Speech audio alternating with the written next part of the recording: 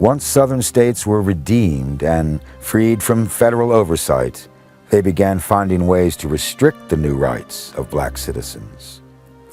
The KKK and similar organizations had suppressed the black vote in the late 1860s and 1870s. In the 1890s, states created new constitutions that changed voter registration in ways that effectively stripped the right to vote from most blacks and many poor whites. Most prominent were literacy tests and poll taxes. African American leaders such as Booker T. Washington worked to have such practices challenged in court. But in the first years of the 20th century, the courts, as well as Congress, were not willing to fight Southern power on this issue. It would not be until the Civil Rights Movement, culminating in the Voting Rights Act of 1965, that these barriers would be swept aside and the intended goal of the 15th Amendment would be realized.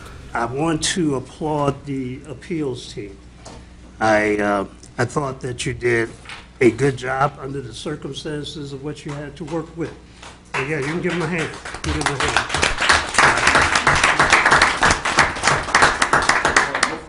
I don't think it was ceremonial. I think it was compassionate, and I think that it was based upon the evidence of the facts. However we got there, as you know, I did not support the consent agreement, but in a democracy, you have a majority and you have a minority. You have opposition and you have those who view things in one way. The majority rule, and it is what it is.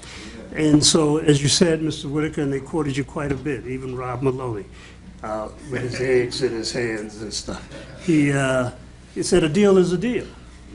And if you have not ruled that deal null and void, then it still exists, it's still in place. And so it's important. What I want to focus on just briefly is this whole question of democracy that people seem to want to just play it down.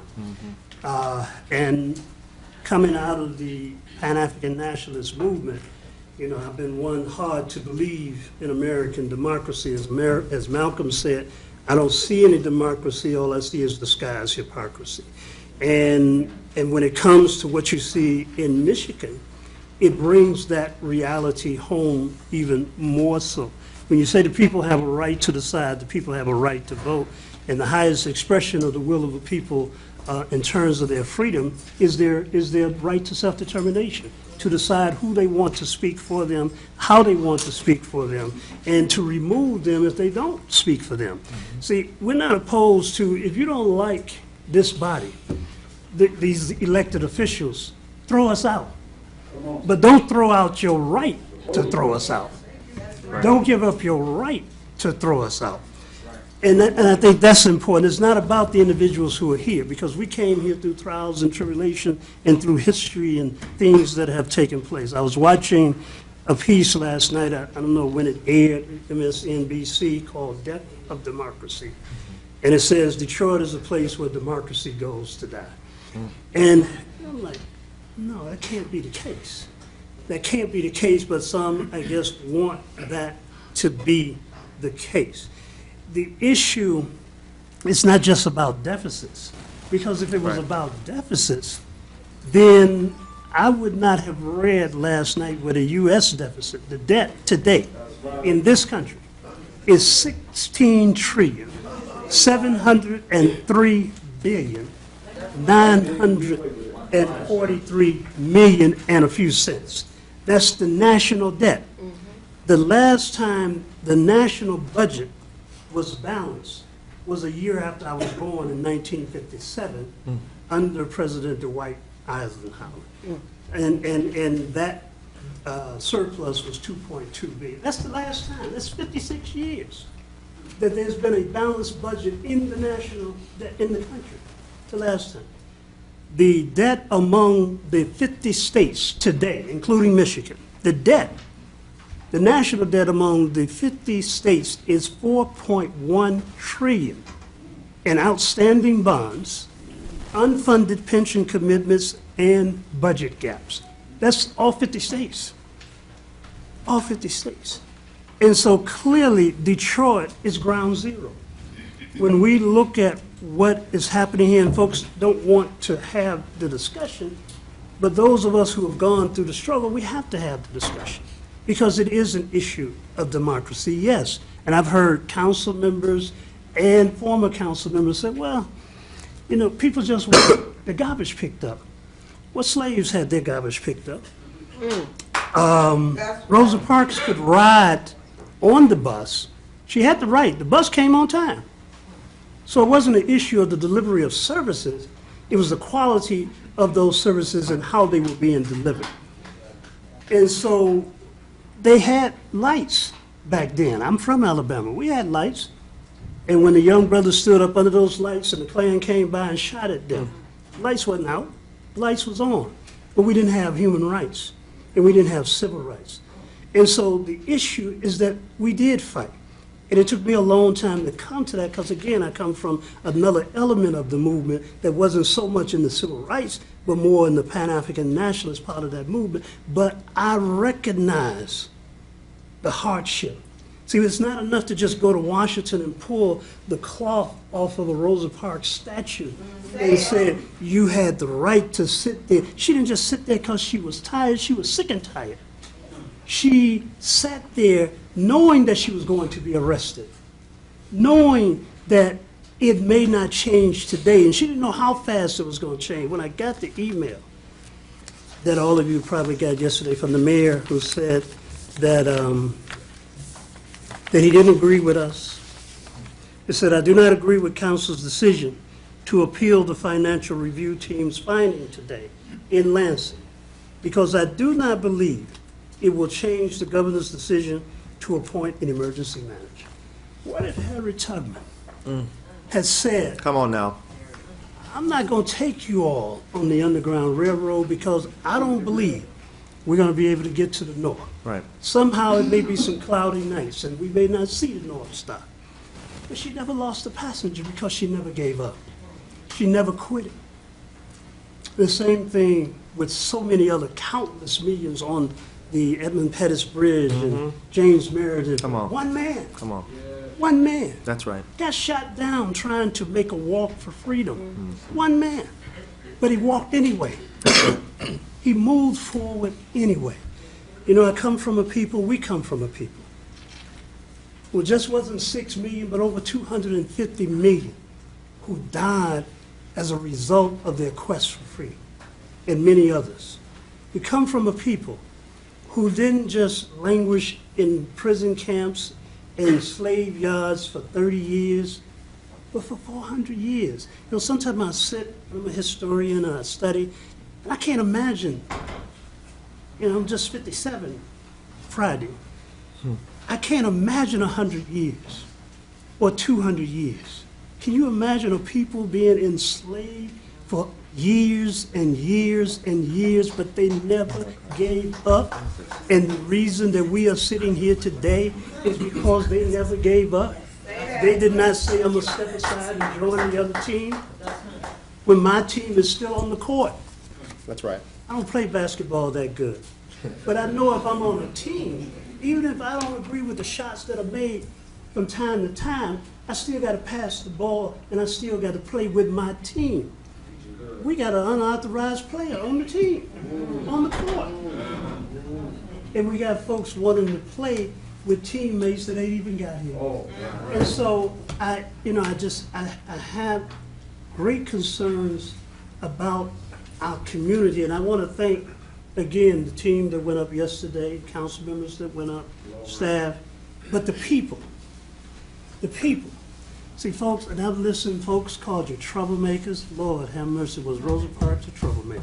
That's right. Was Dr. Martin Luther King a troublemaker? That's right. Were there those in Birmingham, in my hometown, when he wrote the letter from jail, the letter from Birmingham, he was talking about preachers who disagreed with the action that he was taking. That's right. Because he was a troublemaker. That's right. And they were accusing him of getting in trouble and they had to bail him out of trouble.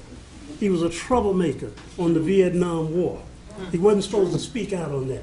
He may be alive today if he didn't go to Memphis to be a troublemaker with men who said, I am a man, Come on. and I have a right to stand. And so he went there to be a troublemaker, to stir the fire.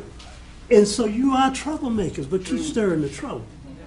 I remember when truck drivers shut down the freeways in America to make a point as it relates to their union contracts. But you're talking about dignity and destiny. You're talking about your right to vote and your right to live. And folks say you can't drive 2 miles an hour while you're on your way to your job or wherever you got to go. That's right. I thank you for, again, I wanted to be here, and I'm sorry that I wasn't. But it gave me an opportunity to kind of look at things from the sideline. And we may be sidelined, but that doesn't mean that we get out of the fight. Again, the highest expression of your freedom is your right to self-determination. It says that democracy is the political system wherein supreme power of government rests with the people, not with the EM, with the people. The power of government rests with the people or citizens who are elected to represent them. That's right. It takes that form. That's not my words, that's the definition. Benjamin Franklin, and you know I'm reaching now. Benjamin Franklin said, "They who give up essential liberty to obtain a little temporary safety deserves neither liberty nor safety." Yes, we want the garbage picked up. No, we haven't done a good job. It's on our watch. We can talk about years and years ago, but it's on our watch. And so it's not happening. And if we can't get it done, then put some more people here to get it done. And get it done in short order. But don't give up your right to have that representation. Yes, we want the lights on. But we come from a people who didn't have lights. We were in the dark, and I go to Alabama today on 21st Avenue and Carolina Street in Bessemer. And I walk there tonight. There's no lights and there's no sidewalks. I walk on the street. But you still fight for that quality of life, and you don't give that up. France has a deficit. Britain, Italy, Greece. The Greece economy is falling. The Western economy is falling. America.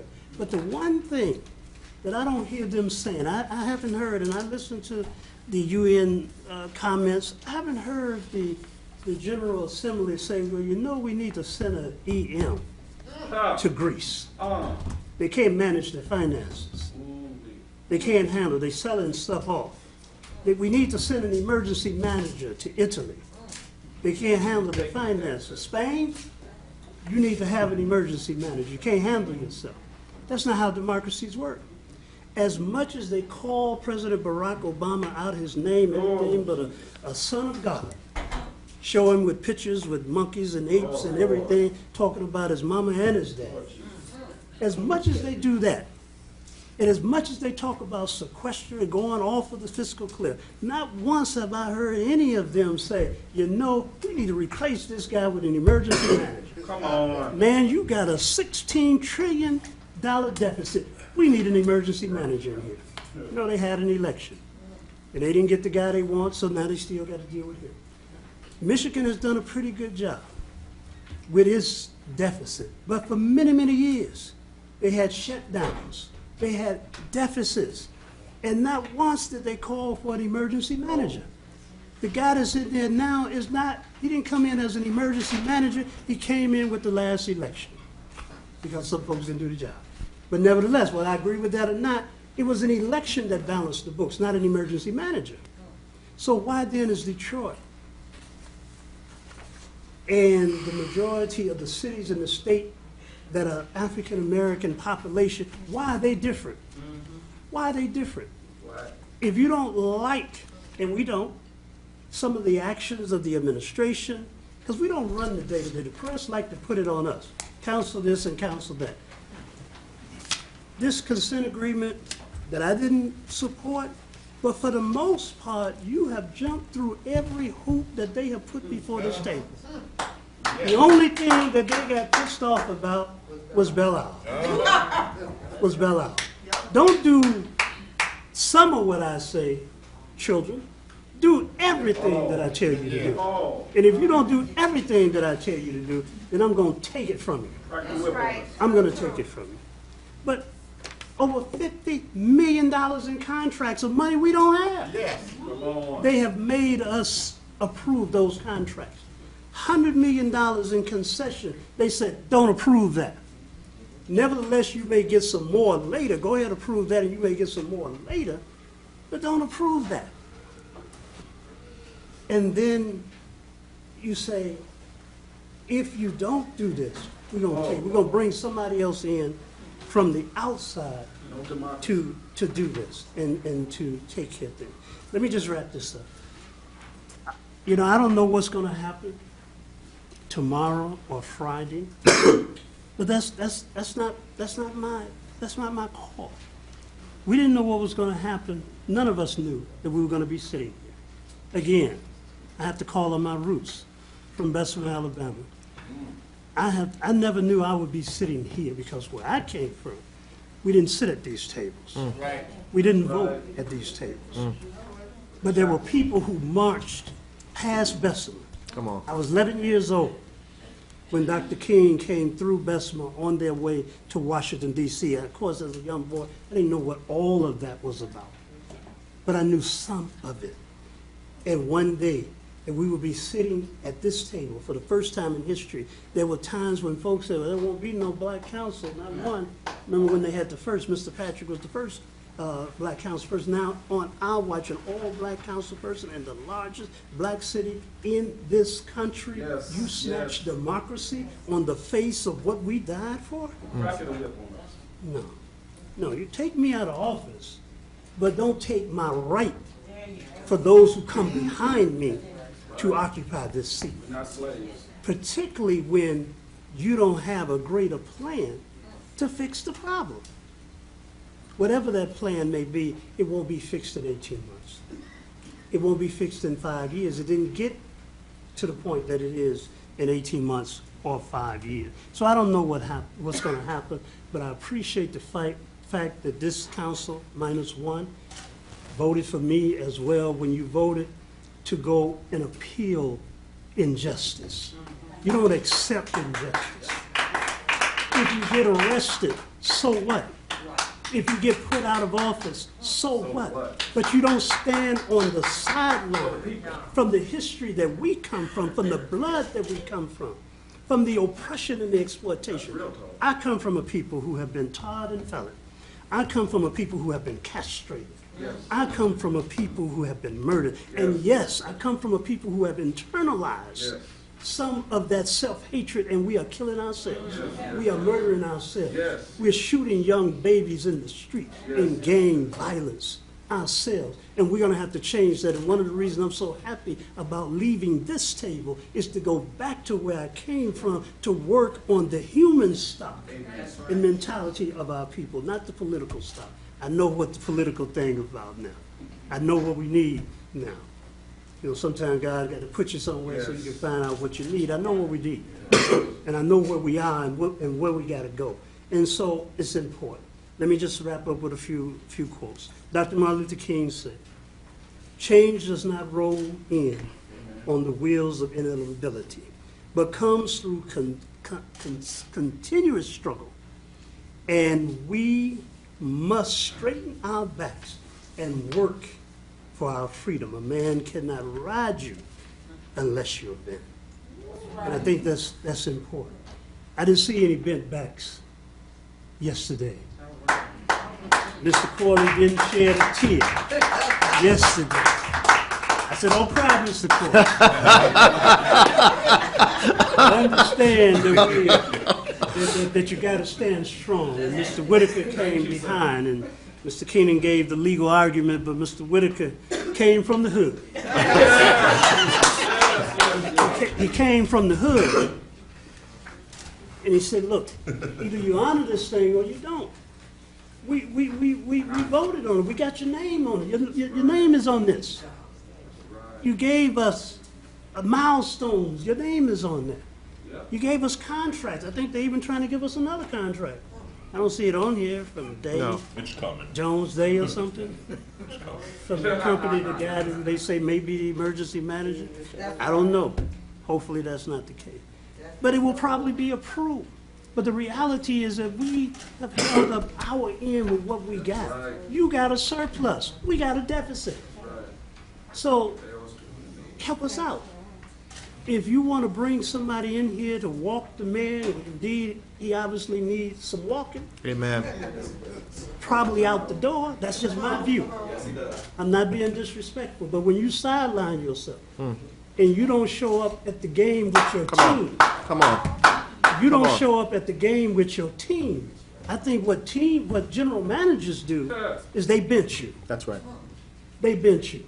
When you don't suit up, and then you release a DVD, a video, On after YouTube. your team has you hear gone about up that? and done the work, you release a video to kind of back up what they're saying? Well, why didn't you go say it? Anyway, Frederick Douglass said, y'all,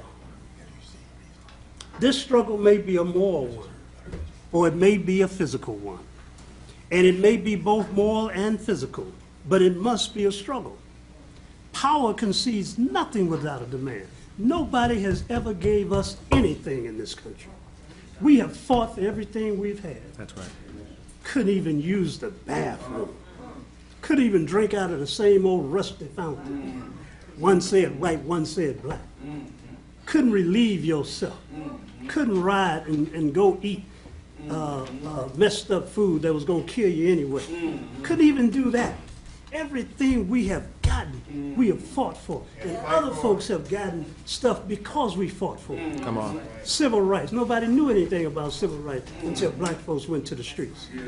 And so now you got gay rights and everything, other kind of rights, as a result of that. That's right. But because of the struggle, the people died and was set on fire and hoses was put on them.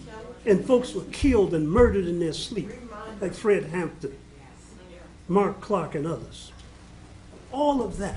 You got people locked up in political prisoners. You want to talk about political prisoners? In this country, they are political prisoners and prisoners of war to this day. Sekou Odinga, Mutula Shakur, and many, many others. Geronimo Pratt, who passed away after 27 years in prison. He was our Nelson Mandela. We have fought for everything we've got in this country. How dare you not fight? How dare you stand on the sideline? How dare you say they're going to do it anyway? And you fight anyway. You never give up. Come on. Power concedes nothing without a demand. It never did, and it never will. That's right. Find out just what any people will quietly, just give me some lights. Just fix my roads, pick up my garbage not at 12 o'clock, but at 6 o'clock. Find out what any people will quietly submit to. And you have found out the exact measures of injustice and wrong which will be imposed upon them. That's right. And these will continue till they are resisted either with words or blows, or with both. The limits of tyrants are prescribed by the endurance of those they impress. That's it. What is your endurance? That's it. What is your endurance? Oh, they gave up. It was an easy win. Yeah. I mean, even the Bloods in the hood don't give up their little territory. That is it. You got to fight for Dexter That's right. and Linwood. Yes, yes, yes. I mean, it's a hole in the wall, but they're going to hold that wall. That's right. Fight, fight. You got to fight for it. And so we are here through blood. Folks died to put us at this table. So, you know, even though I'm not running again, but you're going to have to drag me out before my term is over. I don't get this health together, but Right, that's right. but nevertheless, may not have to drag me out.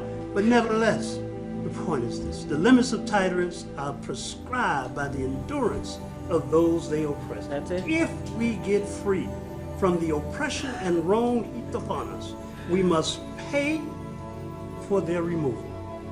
We must do this by labor, by suffering, by sacrifice, and if need be, by our own lives and the lives of others. That's right. That is the important thing, and that is the issue of democracy. You don't just put an EM in place. You have an election.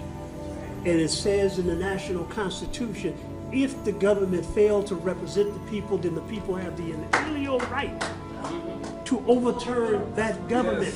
That's part of the democracy. That's part of the democracy. But you don't put an EM in my place to replace 11 elected officials that represents over 700,000 people in the city of Detroit. Thank you, Mr. President.